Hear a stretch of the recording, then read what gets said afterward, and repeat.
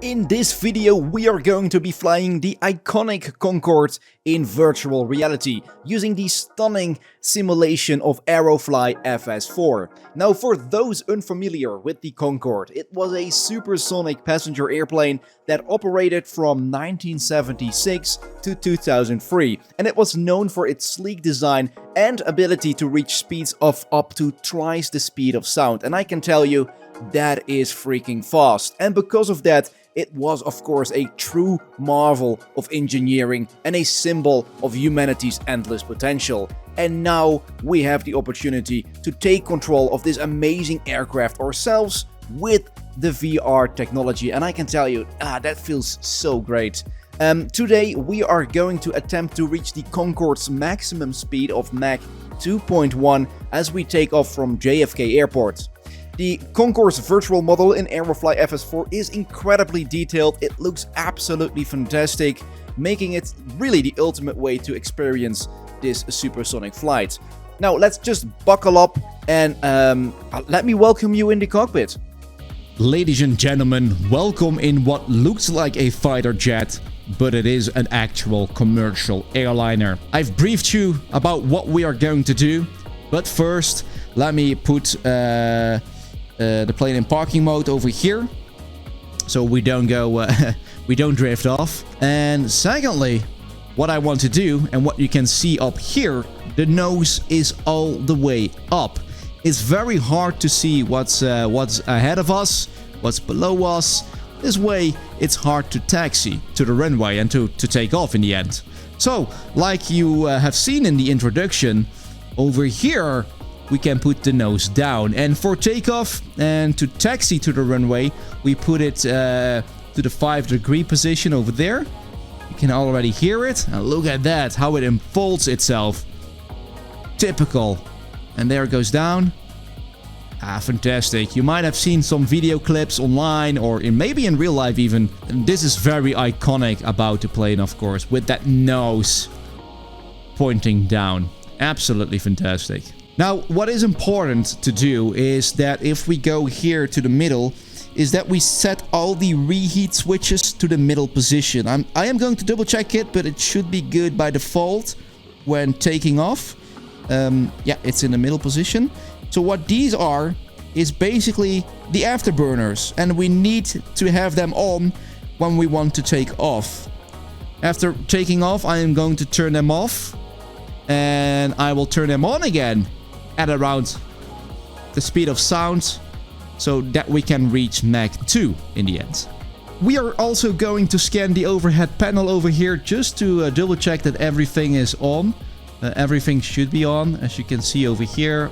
I mean, at least the things that need to be on. So that is all good. I am going to leave that on. What we are also going to do is over here, also still in the overhead panel, is turn on the taxi lights. Over there. Done. We then set on the flight directors, Flight Director 1 and Flight Director 2.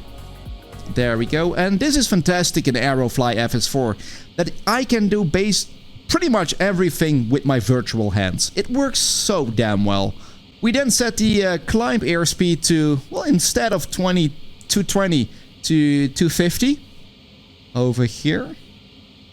And I am going to set the altitude already to 60,000 over here. It's the max height. There we go. We also need to rotate the selected heading to the planned runway direction. That is 316, I believe. Yeah, it was 316. So 316, that is all set. And then we just switch this thing over here to the INS position. And now we can see our planned route over here in the HSI display. Okay. So now I will have to taxi to runway 31L. Let me take off the parking brake over here. And I will just fast forward it a bit until we are there. So see you soon.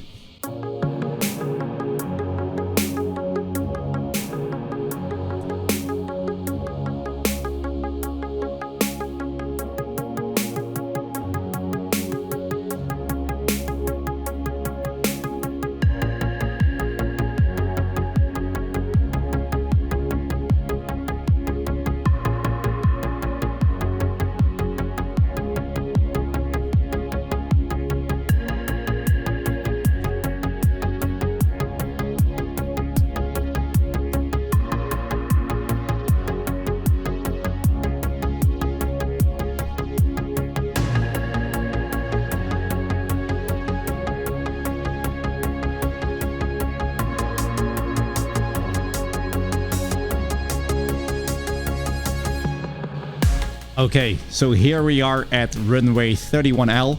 Let me put on the parking brakes here so I can explain you what we are going to do.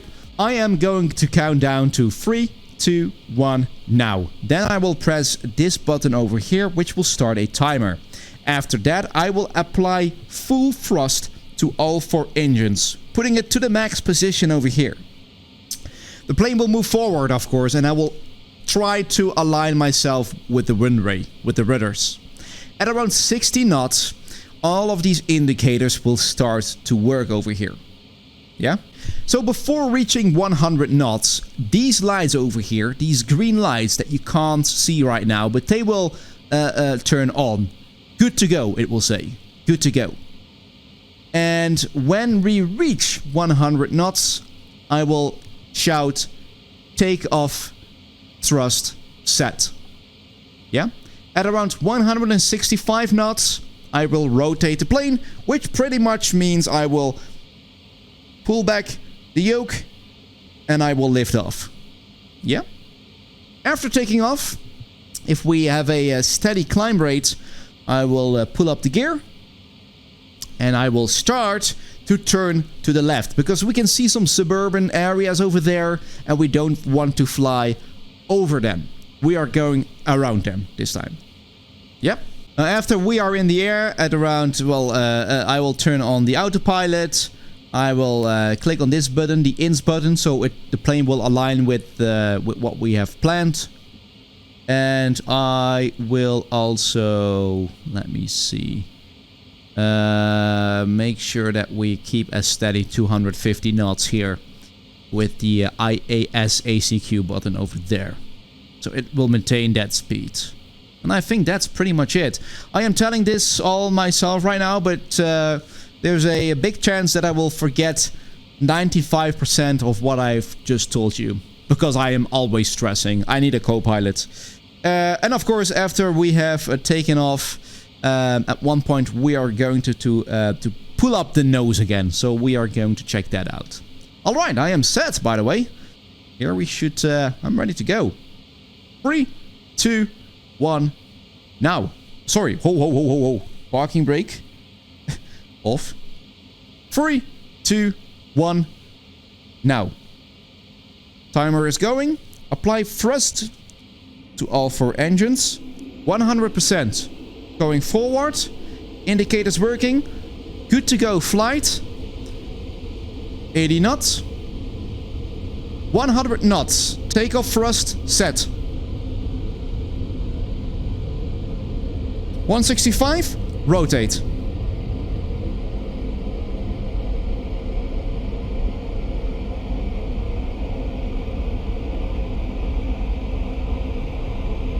Positive climb rate. Gear up. Making a left turn here. We can see the suburban area over there. I want to go around it.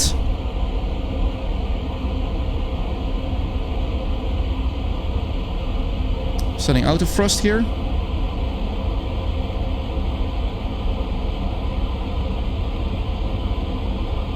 .400 knots. Autopilot on. INS on. And I think that's it. And maybe the IAS ACQ. 250 knots on. So we should be able to decrease some speed over here. There we go. We are going slower. So that is good. And we are steadily climbing, as you can see over there. So that's also good. Of course, I will now also turn off the reheat switches. I should have done that earlier, but it's fine. Auto thrust is on, so it will maintain a nice 250 knots. We are now at 248, so that's also good. Nose is still down. We should put it up soon. And we are going at 0.5 Mach. 0.45, I would say. It looks all very good. Let me look at quick a peek outside. That's New York over there on the right side. And normally, of course, we wouldn't fly over land itself. We would make a left turn over here and go over the ocean. Why is that? Because, yeah, if you are going with the speed of sound, you don't want to fly over cities and suburban areas. I mean, that might not be the best, you know, it's just a little bit of sound disturbance, I would say. We also now set the engine rating switches to flight. That's over here. Whoops. There we go. Still climbing. So that is all super nice. 10,000 feet. Pretty much, now what I will do, we are at 250 knots. I turn off the auto thrust and just full power now. What I have also done is I click the max climb button over here, so we gain max speed when climbing as well. And we also, when it's aligning the plane, because it's now turning, because we are having to make a right turn here to align ourselves with the planned routes. But after that is done, I will turn up the nose as well. We should have done that way earlier, but it's fine. We can still do it. Actually, I have to do it now. There we go. And as you can see, there it goes. Fantastic. Oops. Let's go, baby. Supersonic speed, here we go. Because we are now... Oh, yeah, that's because I was a little bit too late with the... with putting the nose up. It will be fine, guys. Basically, we now just have to climb until we reach 27,000 feet or 26,000 feet. But we will reach Mach 1 pretty soon, I would say. So that is also very nice. And then we just turn on the reheat switches again. The reheat switches over here. And that will, you know, engage the afterburner. And then we will try to reach Mach 2.1. I hope. I hope it's all going well. Until now, it's all going pretty okay. I am not a... again, guys, I am not a veteran in flight simulators. I do this only so often, and I'm still learning. So bear in mind that I am not a professional. I know that there are a lot of flight simulator geeks out there, and you can teach me all you want in the comments down below. But, you know, I have to figure it out myself. I have to figure it out myself. Reaching Mach 1 almost. What I am going to do is I will now turn on the reheat switches. It's kind of weird because I have to put them in the middle position. In real life, you would start with engine 2 and 3, and then engine 1 and 4, I believe. But yeah, then what? You know, let's do it the way it should be. There we go. Reheat switches on. And that means everything's going to beep and all of that. And I don't know why. And I don't know why. But we will see. Okay, we are climbing still very fast, and we are now over Mach 1. So hey, hello supersonic boom. And right now we are just going to wait it out, I guess, until it reaches Mach 2 here.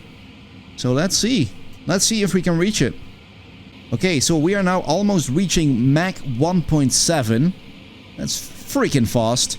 And this is quite funny, because right now, apparently, I have to turn off the reheat switches. So I have to turn off the afterburners. Let's do it. I have to set the outer thrust on. And then, what is it? Mach hold. There we go. And now the plane should be able to... Without the reheat switches, without the afterburners, it should go all the way up to Mach 2. Let's see if it does that. So, let's just wait and see here. Also, looking to the back here, and I have showed you this in the introduction, but look at this. This looks like a freaking fighter jet. I tell you that. And all of these buttons, it's unbelievable. All of these analog meters all over the place. It's crazy. It's so crazy. It was crazy engineering. Really. Absolutely crazy. Oh, look at that. We're 1.9 Mach right now. Almost reaching Mach 2. Exciting. Well, let's just make sure that it holds the altitude. Because we are now... Still goes up and up and up and up and up. And I'm not sure if it's going to slow down. So let's... Oh, Alt ACQ is on. Oh, wait a second. Wait a second. There we go. Reaching 60,000 feet. Mach 1.9. Not Mach 2, as I wanted. Maybe... Oh no, we are slowing down. Hold on. We are slowing down. Mach hold is on. We're slowing down a bit. Holy, what is this now? Damn it. It's going down. Gosh. I have done something wrong here. Or maybe this is it, but it should maintain Mach 2.1 here, I believe. And we are now just slowing down. It might be the auto thrust, I don't know. But this was pretty epic. I must say, I have to do this more often to get the hang of it. But I hope I give you a quick insight of how to fly this plane and what it can do. It's quite a piece of engineering. And yeah, if you have a VR headset laying around and you like flight simulators, then I highly advise you to try out Aerofly FS4. Go check it out, guys. You won't regret. And as always, don't forget to subscribe to my channel if you want to keep up to date with the latest PC VR updates. I hope to see you all next time, and I will try my best to gain some speed here. Well, ciao ciao guys. Ciao ciao.